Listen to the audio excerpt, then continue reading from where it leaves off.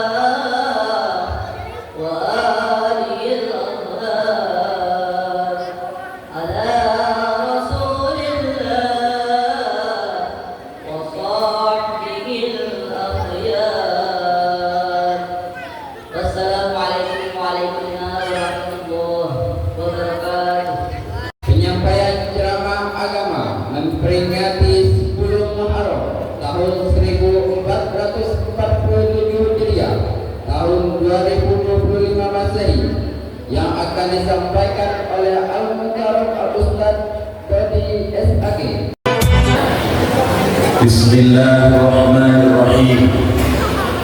Assalamualaikum warahmatullahi wabarakatuh.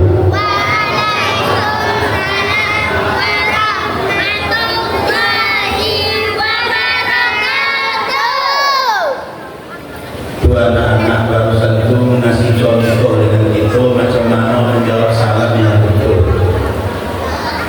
Kalau mama saya tengok salah, kalau tidak ditulang lagi. Assalamualaikum warahmatullahi wabarakatuh.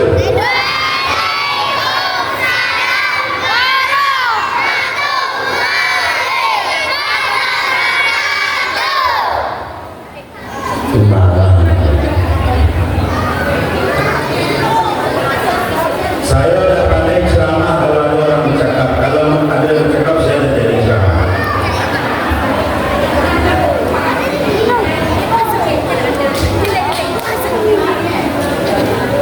Pandai betul. Dan usah tenangkan kaki, tenangkan pending masing-masing. Selesai ya.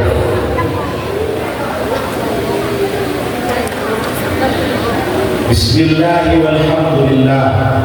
Wassalatu wassalamu ala rasulillah Sayyidina wa habibina wa syafi'ina wa zuhina wa maulana Muhammad ibn Abdullah wa ala alihi wa ashabihi wa man tabi'ahu wa mawala.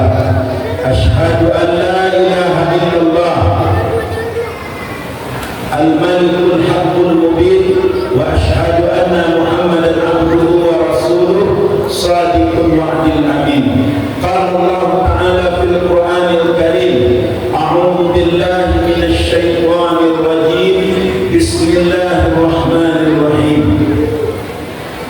Ya ayyuhalladzina amanu taqullaha wal tanzur nafsum ma qaddamat lighad wattaqullaha innallaha khabirun bima ta'malun.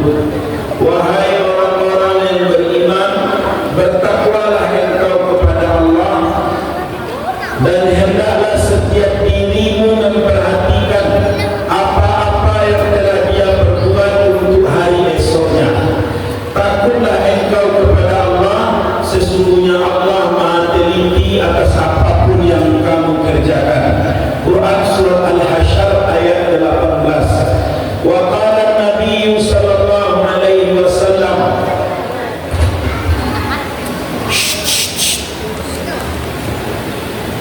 Bapak Ibu belum pernah nengok Ustaz pulang. Kalau nak nengok ibu lah pulang. Bukan marah, kita belajar adab dalam masjid. Sampai mana tadi? Wa qala Nabi sallallahu alaihi wasallam, Nabi sallallahu alaihi wasallam bersabda, "Man kana yawmuhu khairan min amsihi fa huwa rabihun." Siapa yang hari ini lebih baik dari hari kemarin, dia adalah orang yang beruntung. Wa man kana yawmuhu mithla amsihi fa huwa maghbunun. Siapa yang hari ini sama saja dengan hari kemarin, dialah orang yang rugi. Wa man kana yawmuhu syarran min amsihi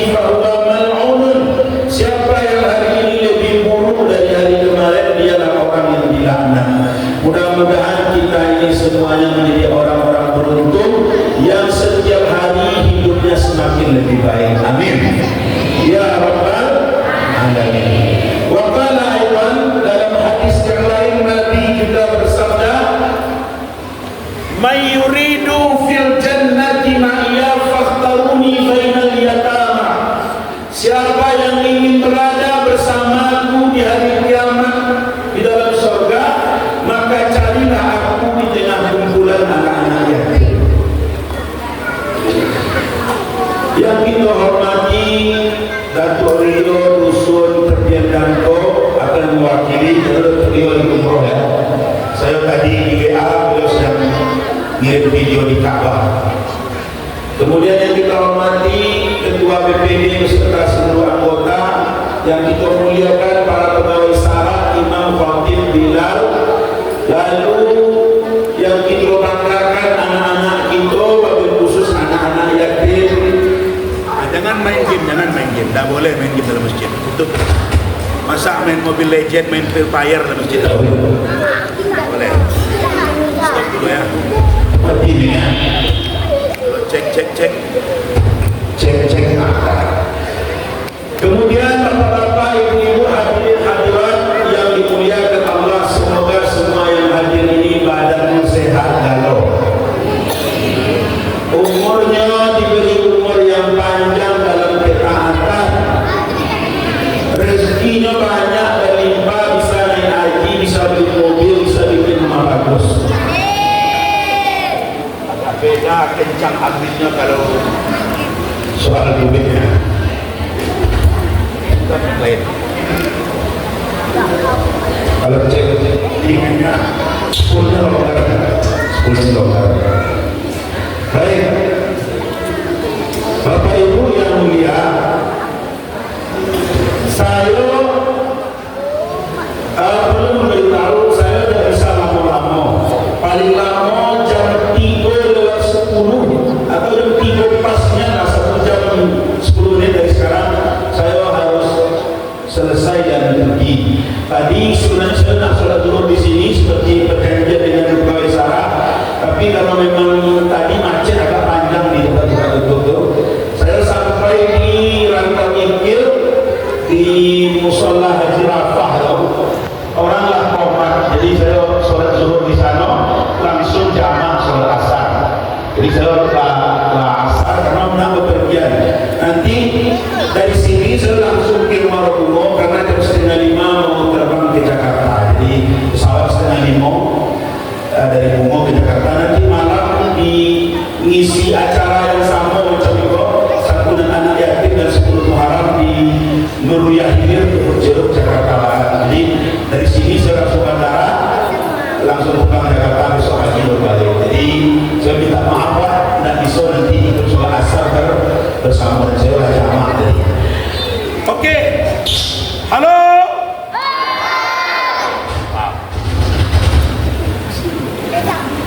Kalau Bapak Ibu dah ada yang bercakap, insya Allah suara saya lebih jelas dan lebih kencang daripada pakai mic. Ya dah. Saya ni sama macam Yamaha, makin panas makin kencang. Tenang Pak. Tapi syaratnya dah ada yang ngomong. Dah. Hari ini adalah 10 Muharram. Dalam Islam dikenal dengan hari Ashura. Hari apa? Ashura. Mohon maaf, ini tidak wajib, jadi tidak perlu merasa bersalah. Tapi saya termasuk kaget begitu datang tadi, saya tengok bapak-bapak, bahkan sampai dalam masjid sekarang pun masih banyak yang merokok. Bukan merokoknya yang masalah, Pak. Merokok. Yang bikin saya kaget itu, aku tak tahu kalau hari Ashura itu sunnah muakkad, hukumnya puasa.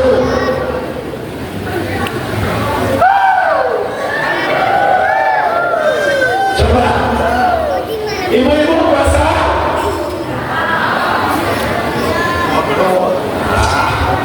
Sama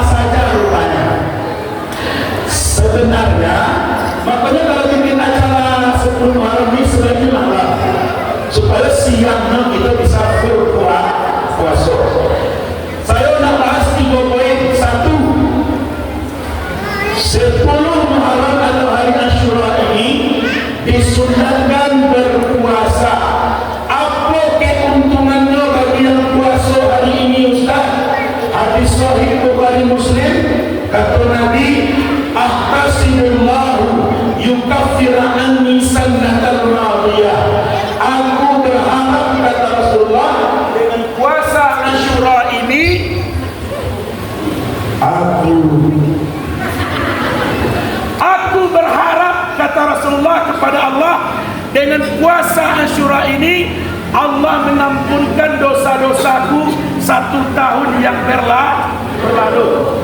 Coba apa-apa ibu-ibu yang tak puasa, saya nak tanya, ada dosa?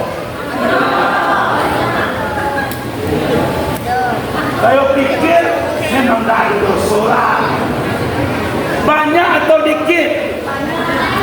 Nampak dari wajah-wajahnya, wajah-wajah banyak dosa. Sampai siko. Samalah, kita ni semua pendosa. Makanya setiap ada hari-hari istimewa kita berpuasa. Siapa yang puasa hari ini, maka mudah-mudahan Allah ampunkan 1 tahun dosanya. Yang tak puasa Ustaz, tunggu setahun lagi. Sebab hari Asyura hanya ada sekali setahun. Ada orang yang bercakap di internet, saya tengok di sosial media, dia mengatakan macam ini. Puasa Asyura itu katanya, itu sebenarnya puasa orang-orang Yahudi. Mengatakan puasa Asyura ini puasa Yahudi. Saya ceritakan sedikit kisahnya. Nabi Muhammad hijrah pindah dari Makkah ke tidak pernah Nabi hijrah dari Makkah ke Madinah. Nabi Muhammad tidak pernah hijrah dari Makkah ke Madinah. Kalau ada yang mengatakan Nabi pindah dari Makkah ke Madinah, itu salah.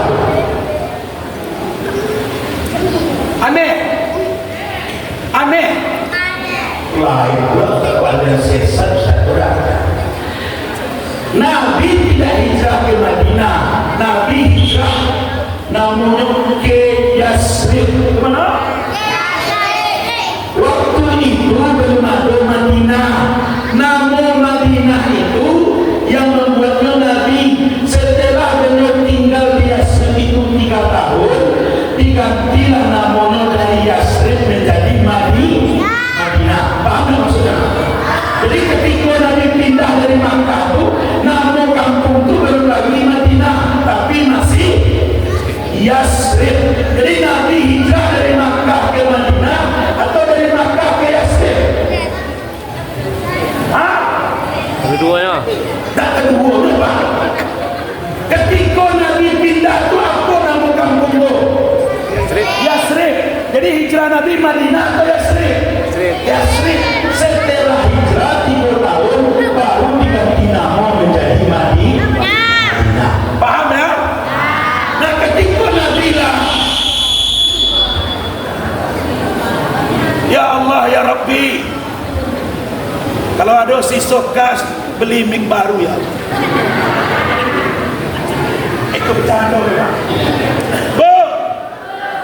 Jadi sebenarnya ketika Nabi lah ditinggal di Madinah atau di Yasrib tadi, lalu Nabi puasa Asyura 10 Muharram ini, ada satu orang sahabat namanya Mus'ab bin Umair. Siapa namanya? Mus'ab bin Umair ni Pak, melihat orang-orang Yahudi di Madinah itu juga puasa. Oh, sayang, nggak boleh ribut ya. Emangnya di Madinah ada orang Yahudi, Ustaz? Di Madinah itu ada 3 suku Yahudi. Yahudi Bani Nadir, Yahudi Bani Quraidah, Yahudi Bani Qainuqa. 3 suku ke? Kalau tiba hari 10 Muharram puasa. Nampak oleh sahabat, dilaporkan kepada Nabi, ya Rasul, orang-orang Yahudi di Madinah ini ternyata juga puasa. Kata Nabi, is'al ilaihim bima asbabuhum. Tanya kepada mereka apa sebab mereka puasa hari Asyura. Ditanya ke orang Yahudi itu, apa kata orang Yahudi? Hari Asyura ini hari diselamatkannya Nabi kami, Nabi Musa, dari kejaran Fir'aun. Karena Nabi Musa bersyukur dan berpuasa, kami pun orang Yahudi bersyukur dan berpuasa. Apa kata Nabi Muhammad? Inni akrabu ila Musa minhum. aku lebih dekat kepada Nabi Musa dibanding mereka. Maka kata Nabi, kalian umat Islam puasalah 10 Asyura, 10 Muharram, tapi ada tapinya, farriqu bainana wa bainahum, bedakan antara kita dengan mereka. Macam mana cara bedanya? Tambah 1 hari, yaitu puasa Tasu'a, hari ke-9. Jadi sebenarnya puasa yang afdal itu kemarin puasa, sekarang puasa. Ngerti maksudnya? Untuk apa 2 hari? Supaya beda dengan puasanya orang Yahudi. Waduh Ustaz, saya kemarin tak puasa, cuman hari ini baik puasa, berarti sama dong dengan puasanya ya Yahudi. Maka kata Nabi, alaikum biziyadatin bima syi'ta fi ayyamihi, engkau boleh menambahnya 1 hari setelah hari Asyura itu, hari apapun yang engkau mau. Faham? Jelek dah. Jadi yang puasa hari ini cuman 1 hari saja, mesti dikasih 1 hari lagi supaya beda dengan orang Yahudi. Mungkin puasa besok atau Selasa atau Rabu. Pokoknya sebelum habis bulan Muharram tambah 1 hari lagi. Paham? Oke, selesai 1 poin. Puasa Asyura. Saya berharap tahun-tahun ke depan kalau ada acara 10 Muharram, jangan ada lagi yang tak puasa. Rugi gitu. Bukan salah, tak berdosa dah bapak tak puasa. Ini cuma puasa sunnah, tapi rugi. Masa cuma sehari tak sanggup berpisah dengan ombol dan hastar. Ya Pak? Bu, ibu suka laki puasa atau tak puasa? Puasa. Ibu puasa dah? Nyo suka lakinya puasa, tapi nyo dah puasa. Yuk, yang puasa hari ini selamat, saya puasa. Yang tidak puasa tidak apa-apa, tapi ke depan yuk kita perbaiki. Sebab ada 2 amalan besar di hari ini. 1, puasa. 2, yang kedua, dengar baik-baik, ikut khusus bagi bapak-bapak. This is just for men only. Ngerti? Samalah, saya dah ngerti juga. Ini khusus untuk laki-laki saja. Dengar hadisnya baik-baik. Coba apa-apa yang mau rezekinya lapang 1 tahun ke depan, rezekinya melimpah, angkat tangan. Ya Allah, yang dah angkat tangan kau sempit rezekinya ya. Angkat tangan. Masa angkat tangan dan mikir? La ilaha illallah. Yang mau rezekinya lapang angkat tangan. Ya Allah, yang angkat tangan mudahkan rezekinya. Banyakkan buah sawitnya.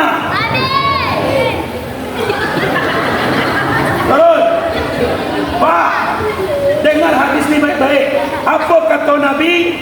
Man kana fi yaumil Asyura, siapa yang di hari Asyura tazidu bihin nafkah, dia menambah nafkah ala ahlihi, kepada keluarganya, wasi'atan lahumur rizqah, maka Allah luaskan baginya pintu rezeki.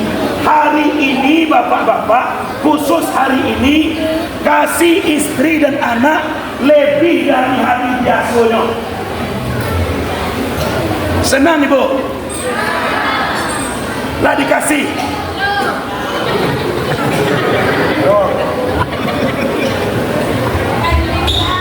Salah apa? Jadi saya ulangi hadisnya ya.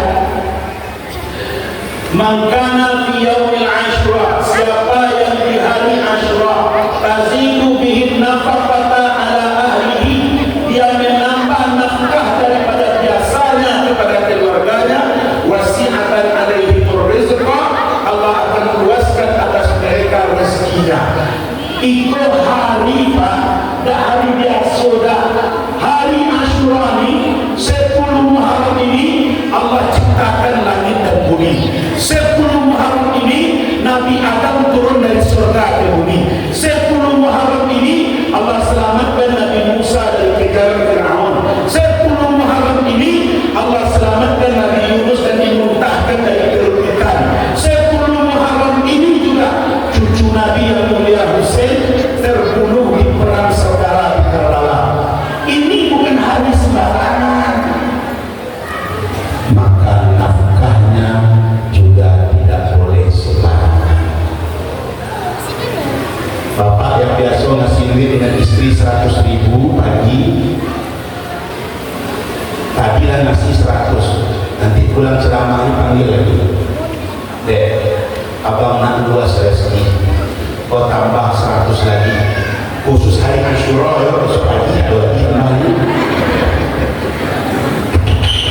Jadi hari Asyura ini lebihkan nafkah. Anak-anak yang biasanya pergi ke Madrid dikasih jajan 5.000, hari ini kasih 20. Ustaz macam tu, yo.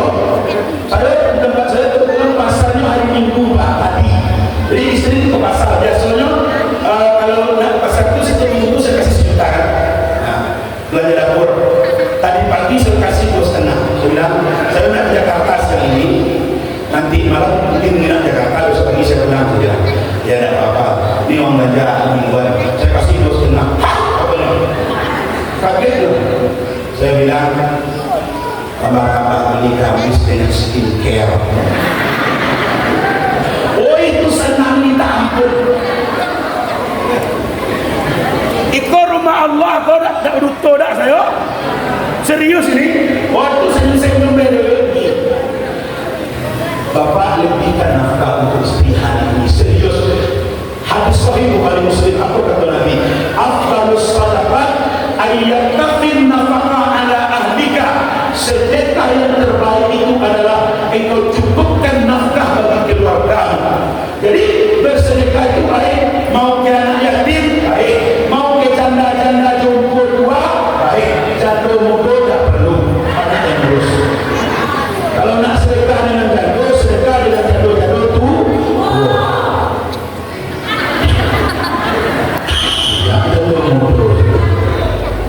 Faham? jadi Bapak, sedekah yang paling afdal itu memberi nafkah kepada keluarga. Dan di hari Asyura khususnya lebihkan sedikit. Jabir bin Abdullah radhiyallahu anhu, sahabat Nabi.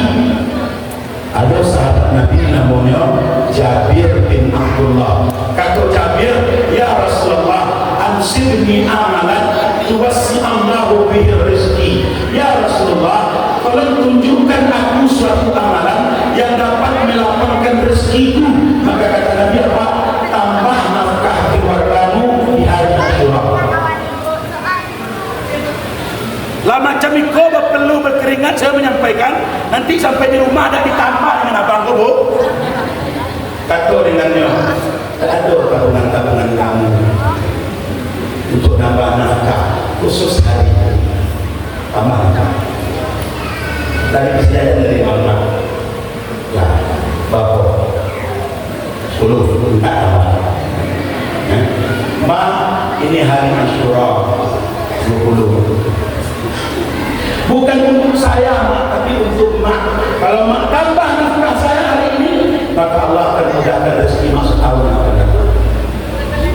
Bukan untuk istri Bapak nambah, untuk diri Bapak sendiri. Tak percaya cukup dulu. Coba dulu. Siapa? Satu orang yang siap. Siap nambah nafkah? Yang ngato siap Pak. Yang nak memberi nafkah? Jauh kita ni. Inyo tentu yo siap. Nyoneri. Kau yang tak siap lah. Uang keluar. Dua. Jadi yang pertama, hari ini kita puasa. Yang kedua, lebihkan nafkah untuk keluar. Yang ketiga, kita hari ini melakukan santunan terhadap anak yatim. Tadi saya dengar 7 orang ya. Saya nak jelas prioritaskan dulu. Ini biar jadi perdebatan terus di kampung-kampung, di dusun-dusun. Untuk kali ini oke, tapi untuk ke depan perbaiki. Maksud saya macam ini. Banyak sekali di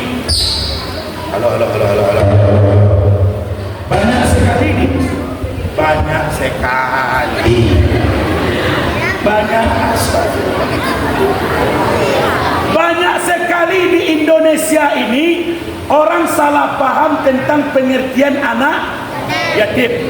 Seolah-olah ini kalau di sini terjadi, saya minta maaf ya. Kan tujuan ceramah tuh kalau tidak tahu dikasih tahu, kalau lupa diingatkan. Jadi saya tidak bermaksud nyinggung siapa-siapa nih. Banyak sekali orang Indonesia itu beranggapan pengertian anak yatim itu adalah anak yang ditinggal mati oleh ayahnya. Ini keliru ini.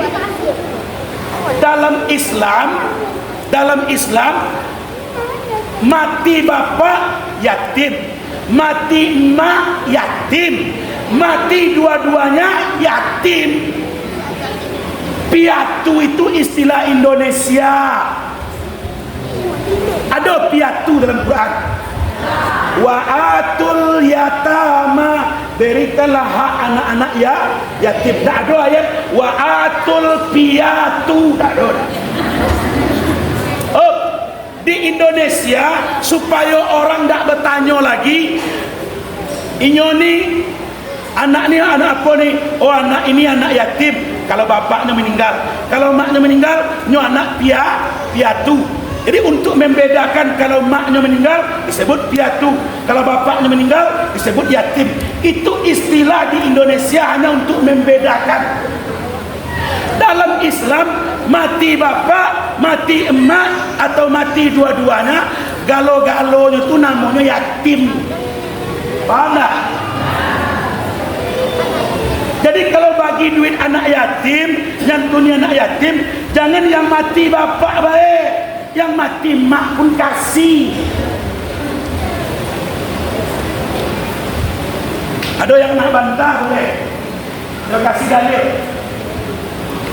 Bu, mau dalil dulu atau logika dulu? Semarang lah Pak, jadi logika dulu.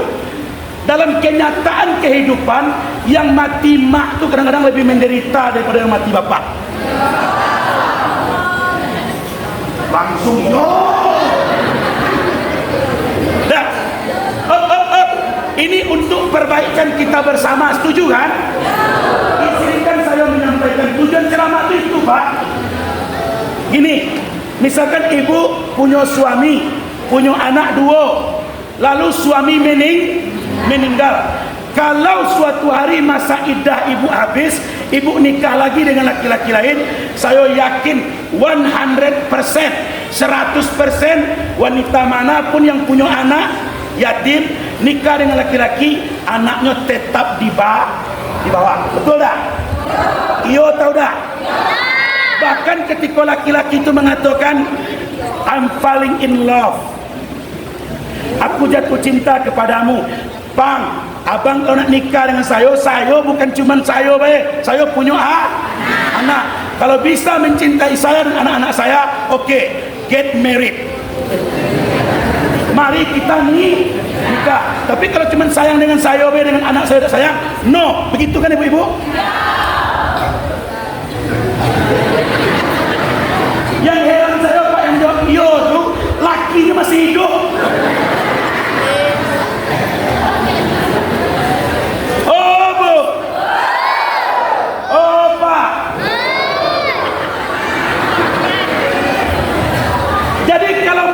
Meninggal dunia, maknya nikah lagi, anak tetap dirawat, dipelihara. Tapi bandingkan kalau istri meninggal,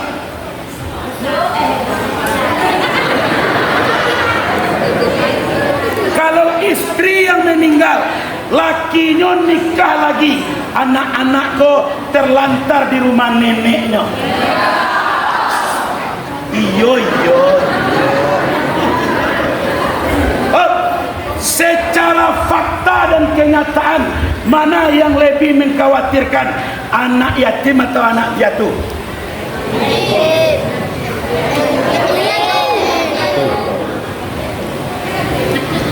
Yatim atau piatu? Tapi kita ni terlalu sering kalau bagi santunan anak yatim hanya yang mati bapak, yang mati mak tak dikasih. Ini kekeliruan yang perlu diperbaiki. Sekarang dalil. Tadi logika. Sekarang dalil. Suara ini sebenarnya kacau nih. Kalau satu lagi tak. Yang ini tidak bagus suaranya. Powernya tidak tahu. Kalau pakai yang ini powernya kurang. Pak, sekarang dalil ya. Dalilnya dengan ini. Ada satu orang wanita di zaman Rasulullah hidup, namanya Khalimah. Khalimah ini datang ke Rasulullah. Ya Rasul, ada apa kata Nabi? Sesungguhnya kakak perempuanku, Adna ukhti, kakak perempuanku, yang tawaffi bihi zaujaha, telah wafat suaminya. Lalu bolehkah aku memberikan sedekah? Bolehkah aku memberikan sedekahku kepada anak kakakku ini atas nama sedekah kepada anak yatim? Kata Nabi apa? Innahu yatim, sesungguhnya dia itu yatim. Saya jelaskan, ngerti tak maksudnya? Ada seorang wanita namanya Karimah. Karimah ini punya kakak. Kakak ini laki-laki, meninggal dunia kakaknya. Kakaknya ini perempuan, dia sama-sama perempuan, meninggal kakaknya ini, anaknya ini laki-laki. Jadi anak kakaknya ini, Karimah datang ke Nabi, ya Rasul, sesungguhnya kakakku telah meninggal dunia. Bolehkah aku bersedekah kepada anaknya itu atas nama sedekah anak yatim yang mati maknya? Kata Nabi apa? Innahu yatim falyatasaddaq, sesungguhnya dia itu juga disebut yatim, maka bersedekahlah. Jadi mati mak yatim, mati bapak yatim, dua-duanya yatim. Cuma di Indonesia kalau bertanya orang anak yatim tuh, ya yang mati maknya atau bapaknya, ada daripada orang bertanya macam tu, dibikin dua istilah. Kalau mak disebut piatu, kalau bapak disebut yatim. Padahal dua-duanya lah clear, lah jelas. Jadi kota iman nanti yang kita tak berdosa dan was-was, biar kita dimusuli tak berdosa dan was-was, tak perlu berdebat. Gampang calonnya Pak. Kota infak atau amplop sumbangan itu dan tidak dereknya. Misalkan Bapak menjalankan kota infak, biasanya tulisannya apa? Infak anak yatim. Sekarang ganti be, infak yatim piatu. Kelar. Iya kan? Sederhana kan?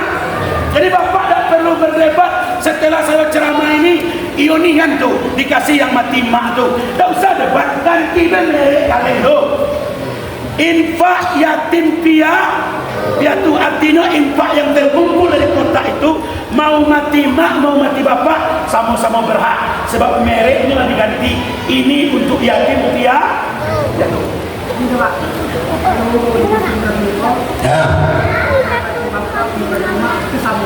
Alhamdulillah, mantap. Saya ragu tadi. Jadi di sini yang meninggal mak dikasih jual. Mantap. Dah sampai lagi zaman itu selesai. Oh alhamdulillah. Kebiasaan kok oke. Cuman kurang singkope. Masih mau kok ya. Lanjut. Kita lagi. Bapak Ibu yang dimuliakan Allah Subhanahu wa taala. Mari kita muliakan anak-anak yatim itu. Adik-adik, halo. Yang hari ini calon penerima coba angkat tangan. Yang 7 orang mana? 1, 2, 3. Mana lagi? 4, 5. Ya. Jangan ada istilah disuruh-suruh ngusap kepala anak yatim. Bagus dah. Bukan ngusap baik. Kalau ngusap tidak ada bunuh. Sini nak. Nanti kan setelah acara nih. Kan ini nih. Ikuti saya. Allahumma faqihu fiddin. Pendek kan? Allahumma faqihu fiddin. Hanya 3 kata. Allahumma faqihu fiddin. Coba ulang. Contoh.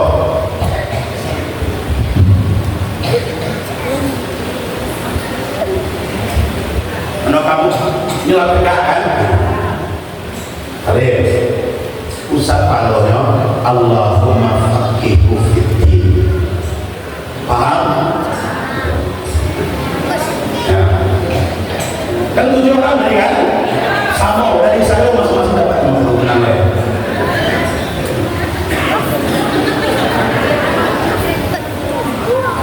Nah, ini yang 6 orang lagi nanti masing-masing 50 ya. Contoh sini, tadi biasa itu ayatnya. Kan 7 orang kan? Oke, nanti dikelola adalah Bu. Oh, Bu. Mantap. Aku baca Allahumma faqihu fiddin. Apa artinya Ustaz? Ya Allah, pahamkanlah dia dengan agama. Ketika Nabi hijrah dari Makkah ke Yasrib, Madinah lagi. Ketika Nabi hijrah dari Makkah ke Yasrib, sampai Nabi di Yasrib, ada seorang janda nyodak punya suami itu yorak. Janda punya suami itu. Orang-orang Madinah itu ngasih hadiah ke Nabi. Ngasih hadiah ke Nabi. Ada yang ngasih pedang, ada yang ngasih sepatu, ada yang ngasih jubah, ada bahkan yang ngasih toko untuk berdagang. Bahkan ada yang memberi Salman Al-Farisi, memberi Nabi kebun kurma, hadiah untuk Nabi yang baru hijrah ini. Nah, ketika seluruh orang Madinah itu, ketika orang-orang Madinah itu berlomba-lomba memberi hadiah ke Nabi, kepada Nabi, ada satu orang wanita janda dan punya suami, anaknya masih kecil, umurnya 14 bulan. Datang ke Nabi, ya Rasul, aku tidak punya uang, tidak punya harta, bahkan untuk makan sehari-hari pun aku susah. Tapi aku ingin memberi engkau hadiah ya Rasul, seperti orang-orang lain. Kata Nabi, ibu tidak perlu beri saya hadiah. Tidak ya Rasul, ambillah hadiah dariku ini anakku. Namanya Anas bin Malik. Pernah dengar nama ini? Anas bin Malik itu sahabat Nabi yang nomor 3 paling banyak meriwayatkan hadis. Karena hidup 22 tahun bersama Nabi. Bukan 2 tahun 22 tahun. 12 tahun 2 bulan bersama Nabi. Jadi Anas bin Malik ini dipegang Nabi kepalanya, Nabi bacakan doa, Allahumma faqihu fiddin. Ya Allah, pahamkanlah anak ini dengan agama. Kalau anakku perempuan, hu-nya diganti dengan ha. Allahumma faqihha fiddin. Jadi bapak nanti bukan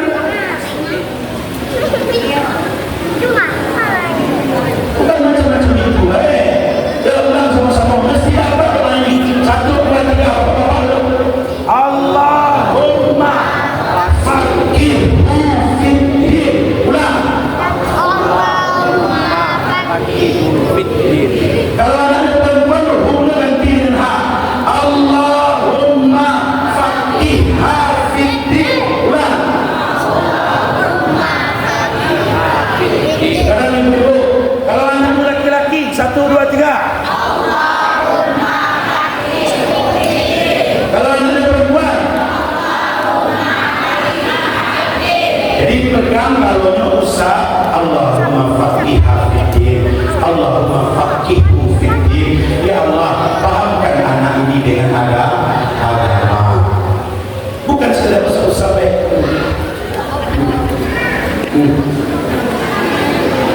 Perlu diperbaiki. Ya, nanti kalau saya pergi lupa. Allahumma ampuni. Allahumma Allah. Apa sebenarnya? Jangan lu HP rekam, kalau perlu catat, pakai tulisan Latin dan apa? Allahumma faqihu fiddin. Doa mengusap kepala anak yatim. Maka kata Nabi apa? Hadzal amal ahabbun indallah minas sujudi alfasanatin. Perbuatan engkau mengusap kepala anak yatim sambil mendoakannya itu lebih baik dan dicintai oleh Allah daripada bersujud 1000 tahun. Sujud Bapak 1000 tahun. Subhanallah rabbiyal a'la wa bihamdihi, subhanallah rabbiyal a'la wa bihamdihi. 1000 tahun tak makan, tak minum, tak tidur, tak mandi, tak berbini, tak beranak. 1000 tahun. Apa pegang kepala anak yatim, usap baca doa Allahumma faqihu fiddin. Ini lebih dicintai oleh Allah daripada sujud 1000 tahun. Makanya sayangnya anak-anak ya. Tak boleh anak-anak yatim itu dihardik-hardik, di Apa bahasa dosunya dihardik tuh? tegak, tegak, segak. Ya pokoknya itulah. Kalau orang Minang namanya diariak. Hoi!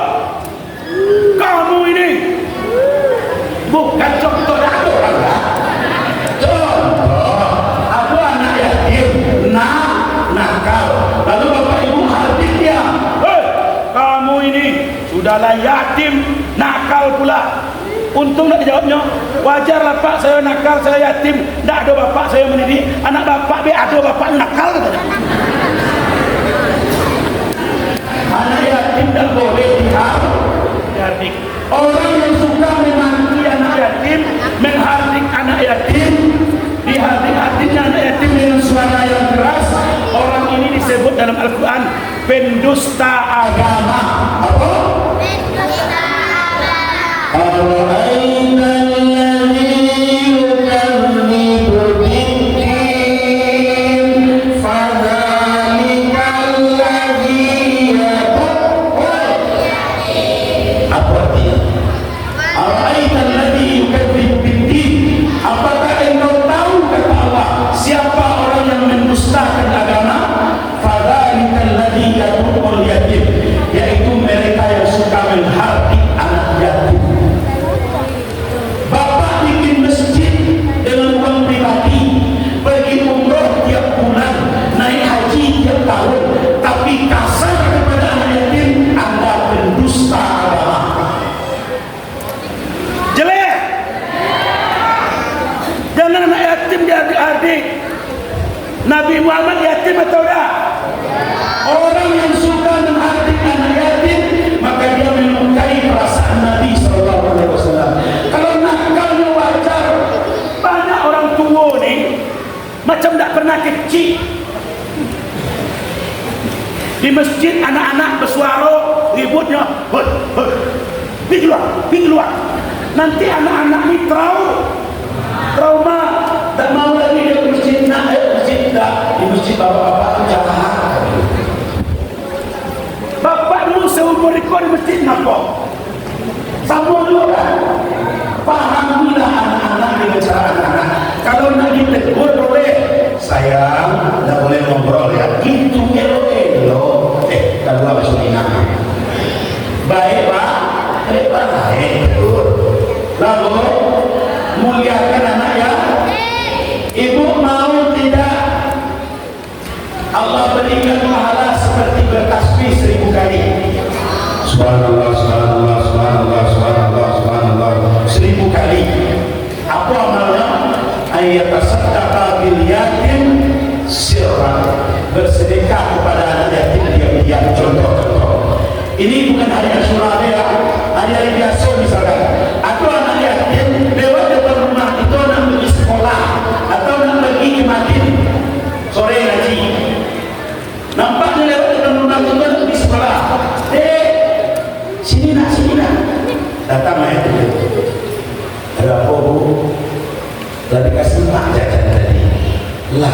Wako limoin, ambil duit ibu 20.000. Jajannya habiskan, jangan kasih mak. Anak-anak ini kalau nyetor ke mak loh. Ketika lebaran banyak THR anak dipinjam anak. Ya. Kalian masih ada THR kalian yang belum dibayar mak? Belum bayar ya? Pakai duit anak balikkan. Kok Ustaz tahu? Istri saya Ustaz dulu ya. Ambil aja anak, pakai udah anak. Bu, kasih makan anak-anaknya. Anak-anak yatim ini jajanlah, nak beli miso.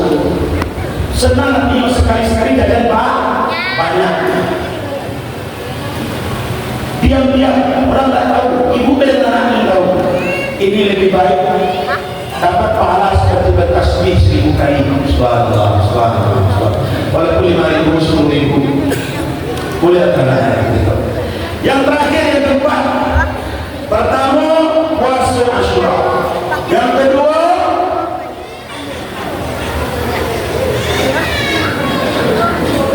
Ini kan askop. kacau selama belum pulang ya orang lumpur. Satu, puasa Asyura. Dua, beri nafkah lebih kepada keluar. Tiga, santuni anak-anak ya. Yang keempat, ini bulan Muharram, bulan pertama dalam tahun Hijriah. Mari kita hijrah. Apa arti hijrah?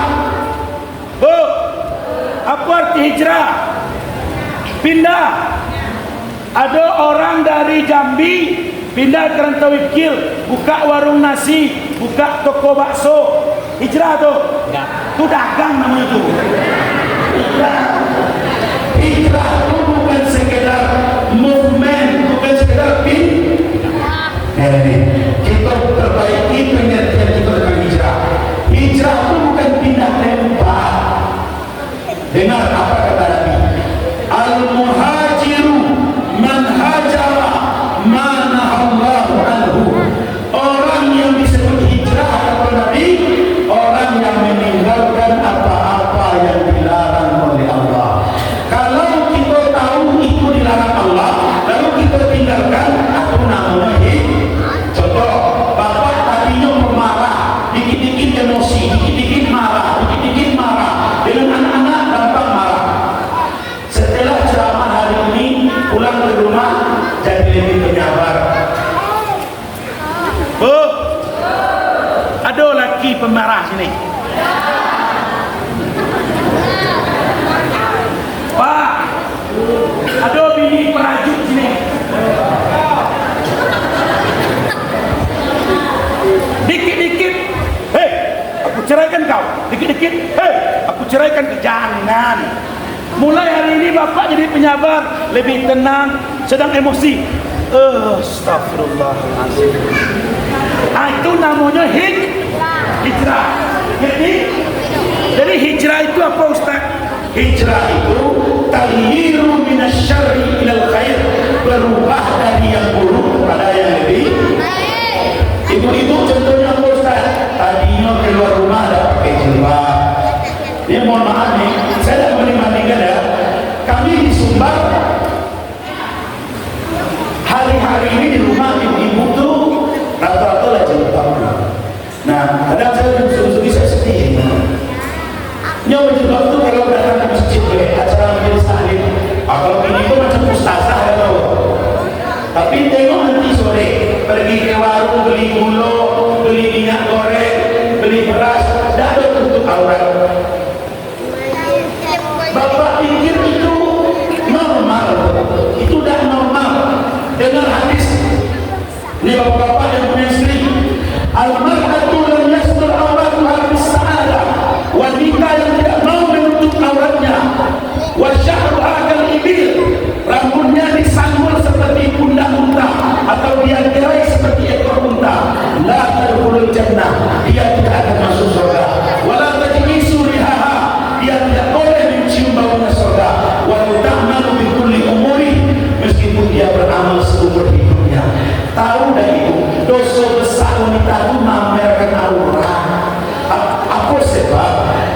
laki-laki, kau yang bercakap kau laki-laki kau ha?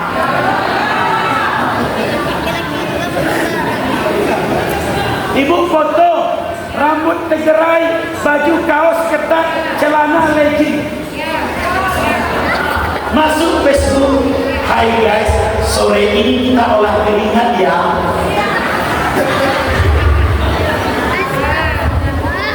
Olahlah, laki tidak mampu ngebut, hilang fungsi anda sebagai suami. Di komen orang di bawah, aduh yuk tambah cantik nian, tambah denok lah sekarang ya. Oh ya makasih. Apa fungsi laki kau? Kata dengan istri itu, hapus foto kamu di Facebook yang nak pakai jilbab tu. Saya tidak rela aurat istri saya dipandang oleh laki-laki sedunia. Dosaku tidak mampu ku tanggung sendiri. Tambah lagi dosamu di akhir aku yang menanggungnya. Ibu tahu dah, ketika dulu nikah dengan suami, saya terima nikahnya anak kandung bapak dengan mahar yang tersebut tunai. Berpindahlah segala tanggung jawab dari ayah ibu kepada suami. Kalau istri bapak tak solat, bapak nanggung dosa. Istri bapak buka aurat, bapak nanggung dosa. Istri bapak ganggu laki orang, iyo juga.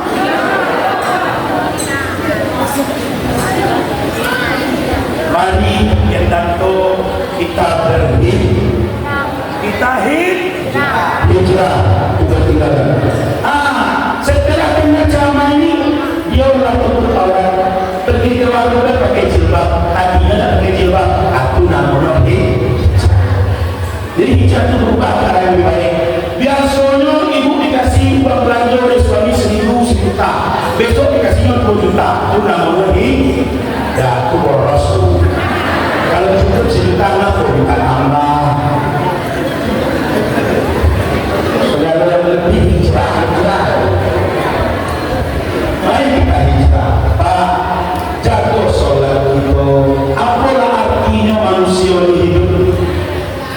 Sebatang pohon daunnya rimbun, lebat bunganya serta buahnya, walaupun hidup 1000 tahun bila tak sembahyang, apa gunanya?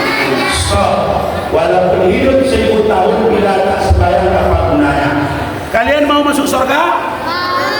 Apakah surga tempatnya orang-orang jujur? Ya. Bisakah pembohong masuk surga? Tidak. Kalian mau jujur atau bohong? Pilih jujur atau bohong? Ayo teriak sama-sama. Saya bangga jadi orang jujur. Sekarang mau jujur? Mau jujur? Yang tadi pagi tak solat subuh angkat tangan. Jujur.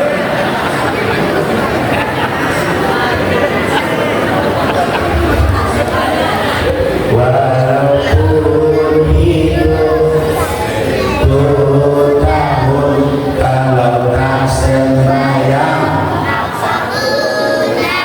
tu mengapa kalian tak solat? Bernyanyi be kalian pandai. Jujur kan? Alhamdulillah. Ustaz senang kalian jujur, tapi Ustaz tak senang kalian tak solat. Sekarang mau jujur atau mau bohong? Jujur. Ada tak tadi ketika azan subuh mak atau bapak membangunkan nak solat subuh? Ada tak?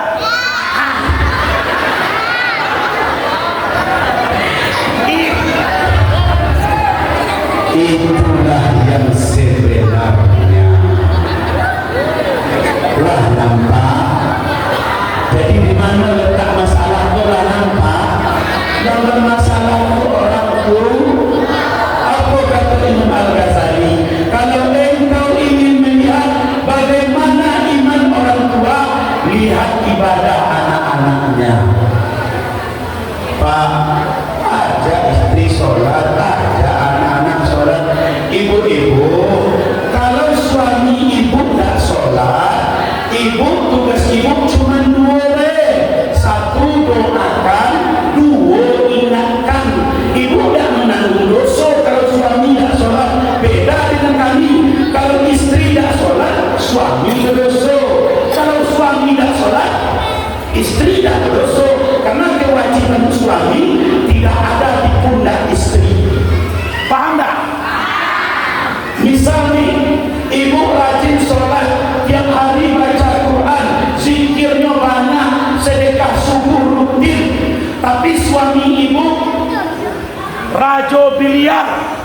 tukang mabuk, narkoba.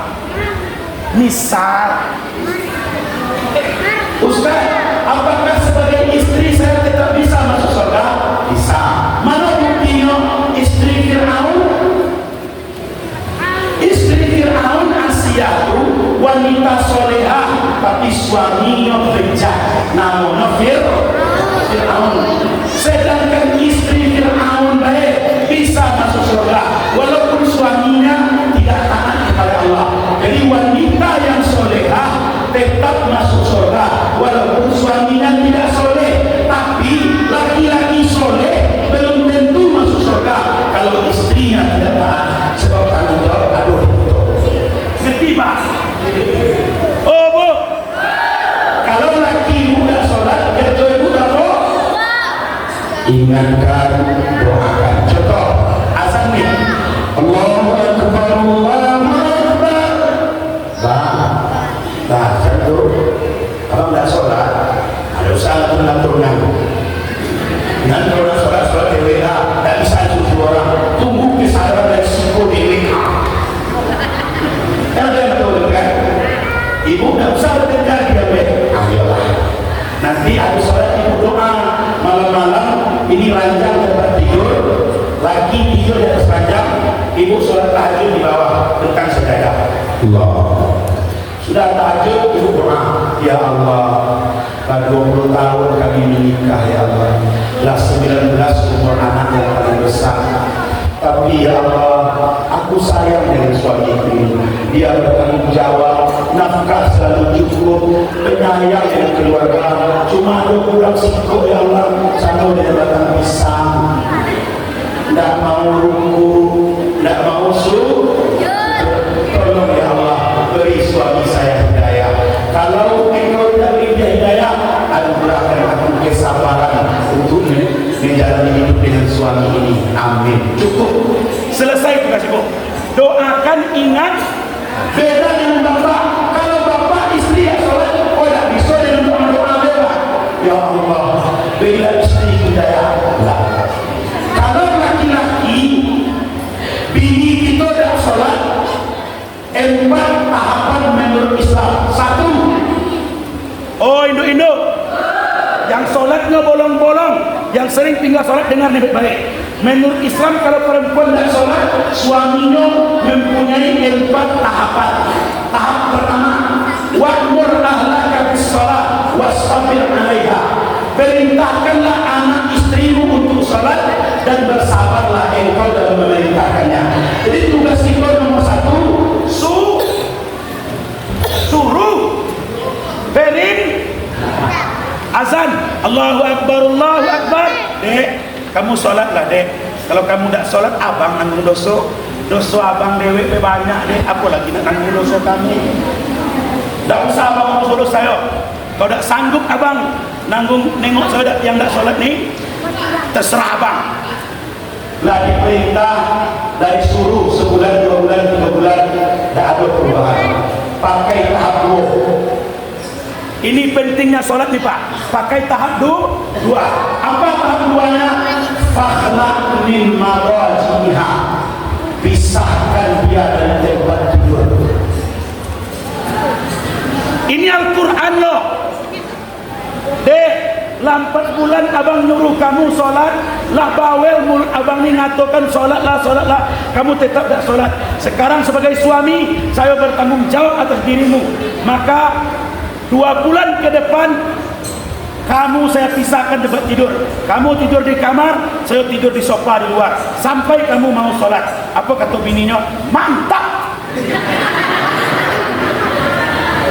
Memang itulah yang Allah mau saya kubur. Awak pula bosan tiap malam tidur dekat abang. Oh bisa buka Facebook sampai malam. Lah 2 cara, gagal atau berhasil? Gagal. Lah 2 tahap, lah disuruh, lah dipisahkan tempat tidur. Lah 1,5 bulan bapak tidur di luar. Nyodak juga berubah. Akhirnya bapak mengalah, bapak juga yang balik di kamar. Dah, pakai tahap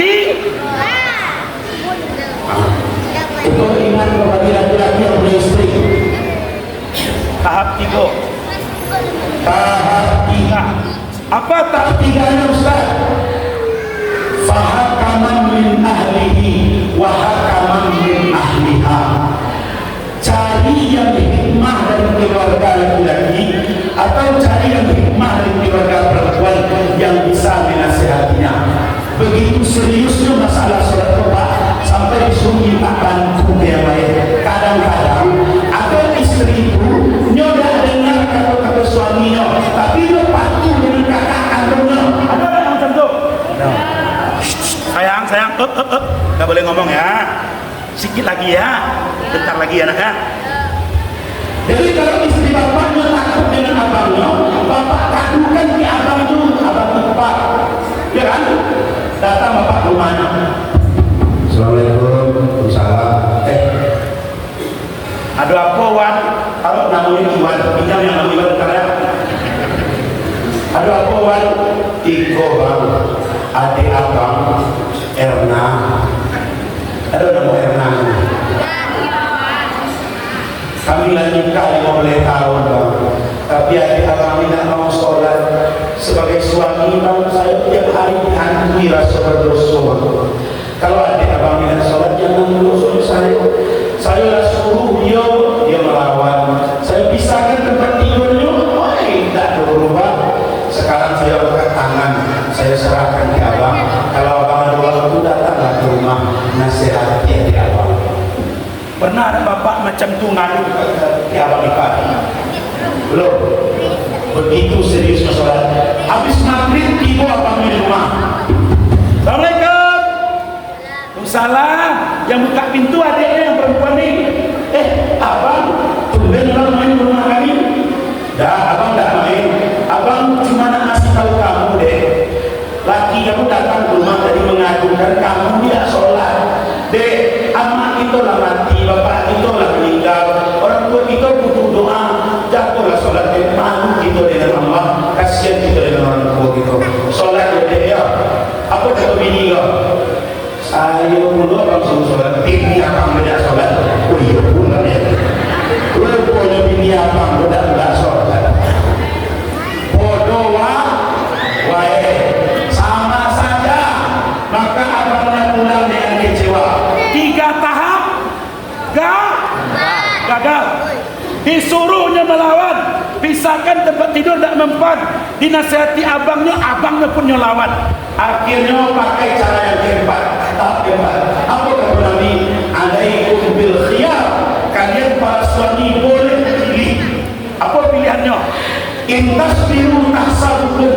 Kalau kalian bersabar, kalian dapat pahala seperti Nabi Nuh. Nabi Nuh bininya kafir, tapi dia sabar. Wa illam tasbir fatalliquha. Tapi kalau kalian tidak sabar, talak, ceraikan dia. Begitu pentingnya sholat. Andai istri saya tidak sholat, saya akan bilang, aku kasih kamu waktu 2 minggu. Taubat, mulai sekarang sholat. Kalau dalam 2 minggu kamu tidak sholat, aku akan cari yang rajin sholat. Lo gue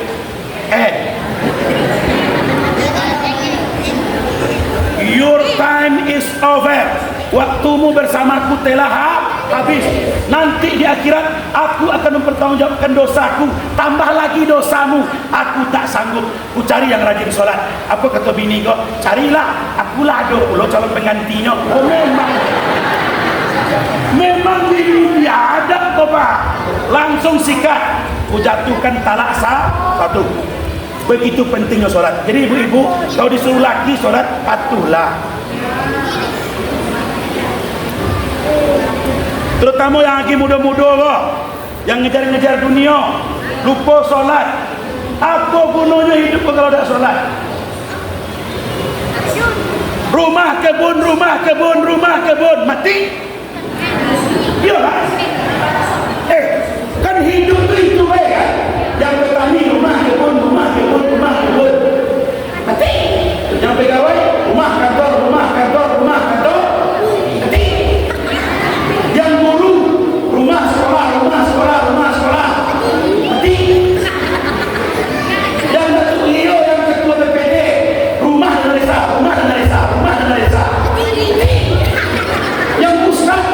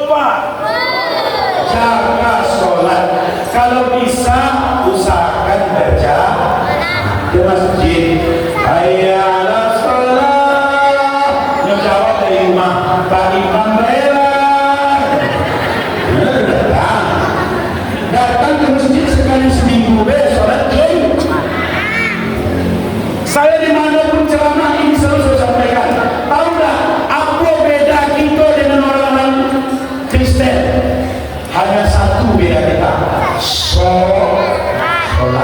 Al-farqu bainal mu'minina wal kafirin as-shalah. Beda antara orang beriman dan orang kafir itu hanya satu, sholat. Coba Bapak pikirkan. Bapak boleh bilang, kami umat Islam punya masjid. Kata orang Kristen, kami orang Kristen juga punya gereja. Sama-sama punya. Kami umat Islam punya kitab suci Al-Quran. Kata orang Kristen, kami juga ada kitab suci kami namanya Injil. Sama. Kami umat Islam punya hari mulia, hari Jumat. Kami ada juga hari Minggu.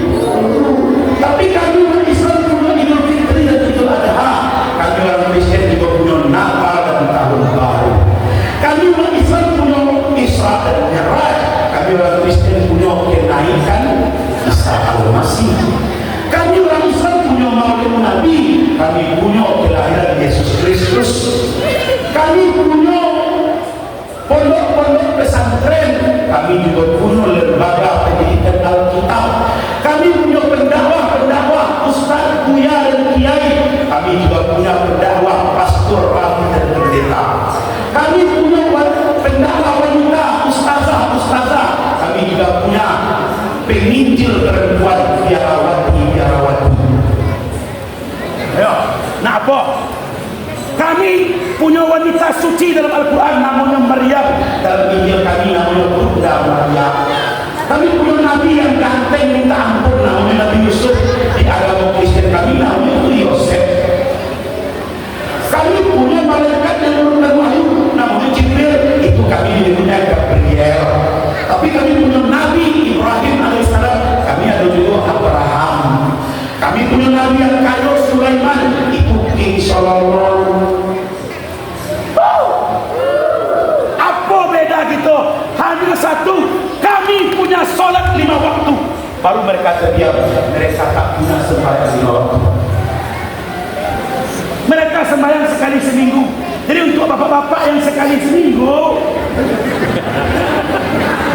setelah ceramah ini saya sarankan berpikir ulanglah. Jangan-jangan yang cocok untuk bapak itu bukan Islam, tapi yang di sebelah. Pindahlah. Kata mesti rasanya berani yang Islam ini. Datang Ramadan suruh pas Ramadan, lebih kuat dikit suruh sedekah. Cukup misalnya bayar zakat. Ada penyuruhan suruh umroh, suruh haji. Datang hari Asyura suruh pasal Asyura. Datang di Syawal pasal lagi. Banyaknya aturan dalam Islam ini. Belum lagi malamnya Rasulullah, siangnya zikir, habis sholat doa. Kayaknya abang cuma mampu dia sekali seminggu. Kata yang seminggu, kata bang, yang sekali seminggu itu sebelah. La ikraha fiddin, tidak ada paksaan dalam agama. Kalau anda mengaku Muslim, kerjakan rukun Islam. Di antara rukun Islam itu sholat 5 waktu sehari semalam. Penutup, lihat sini. Kalau ini pecah nanti. Yang kosong tuh. Ini nah. Bapak Ibu perhatikan ini penutup. Siapa yang mau berpikir akan paham.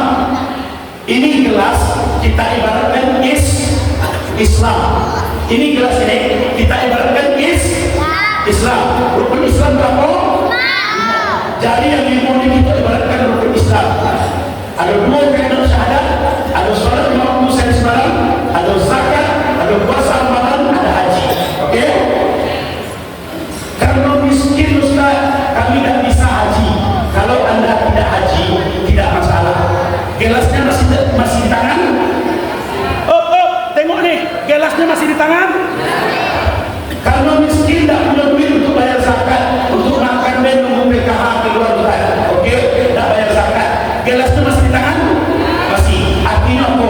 Islamnya masih tegak, walaupun tak haji tak bayar zakat. Oh Ustaz, setiap Ramadan hamil. Datang Ramadan hamil, Ramadan lagi hamil. Tiap tahun tuh anak deh. Tak puasa Ramadan, tidak puasa. Gelasnya masih